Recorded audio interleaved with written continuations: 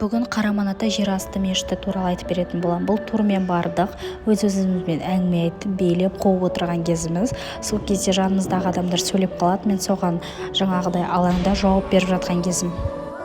Жалпы турмен барғанның осы бір жері ғана жақсы да, алыс жерге өзің бара алмайсың, арзан болады және достармен танысасың.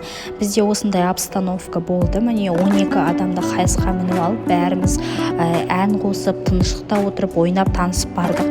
Мен оның арасында өзімнің әдетіме салып, кітап оқып алдым. «Богатый папа, бедный папаны» оқып бастаған. Сол кітапты оқуды әрі қарай жалғастырдым. Жолда жартысында асфальт жоқ, әрі қарай осылай бардық. Қараман-атаға әйтеуір жеттік. Осылай көрініп тұр, сырт жағы өте әдемі, жазулары бар және ең басты назар аударатын нәрсе бұл жерде хабарландыру ілініп тұр. Хабарландыруда садақа туралы жазылған. Ауласы осындай кең және де демалыс орындары бар, отыруға болады. Жалпы айтқан кезде жағдай жасалған, яғни жаз, күз, көктем мезгілдерінде отырып демалуға болады. Осы ұзақ жолмен жүріп өтеміз.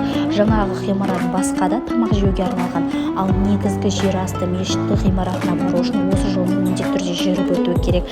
Және осындай есіктен кіреміз, сыртының барлығы қоршалған. Осылай жүре беріс кезде фуникулер сияқты мынандай бір кішкене сырт жағында осылай нәрсе көрінеді. Осы жерден төменге түсіп мешітке өтеміз. Міндетті түрде осы кіреберіс жерде аяқ киімді шешіп тастап кетеміз де жалаң аяқ кіреміз. Мен осылай кіре салай видео түсіріп бастадым. Видеода көріп тұрғандарыңыздай бірнеше бөлмелер бар, қазақша оюлы көрпешелер жерге төселген, яғни бұл деген жағдайсыз салған және осылай жоғарыда доңғалақ шеңбер тәріздес ашық жерлер бар. Бұл бұрындары ауа кіру үшін және де жарық беру үшін, яғни бұрынғы кездерде осы кісілер намаз оқыған кезде жарық жоғарыдан түсіп тұрсын деп сондай мақсаттарда жасалған және оның төбесі жабылған, яғни жаңбыр, қар деген сияқты немесе жел, басқа нәрселер ішке қарай өтпейді. Назар аударатын болсаңыздар, міне тастардың барлығы осылай көрінеді. Әсіресе жақыннан қараған кезде бір балшық, қатып қалған балшық тәріздес. Мешіт болғандықтан садақа беретін орындар бірнеше жерлерде кездеседі. Міне мына орын кіреберісте орналасқан болса, төргі бөлмеде тағы да бір осында садақа беретін орын бар. Қараман-ата жер асты мешіті бұрындары кішкене басқашалау болған десек, яғни бұл жерде баста айта кететін нәрсе дәл осы орында міне көрпеше мен жастық қойып қойған.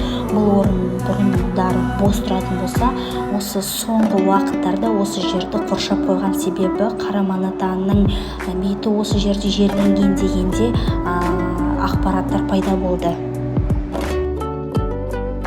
Ақпараттардың қаншалықты рас өтірік екені белгісіз, бірақ дегенмен де мешіт болғаннан кейін кез келген жері қасиетті, қадірлі болып табылады.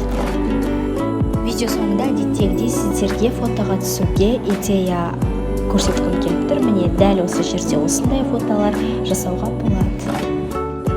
Болашақта баратын жандар үшін ниеттеріңіз қабыл болсын деп айтқым келіп тұр.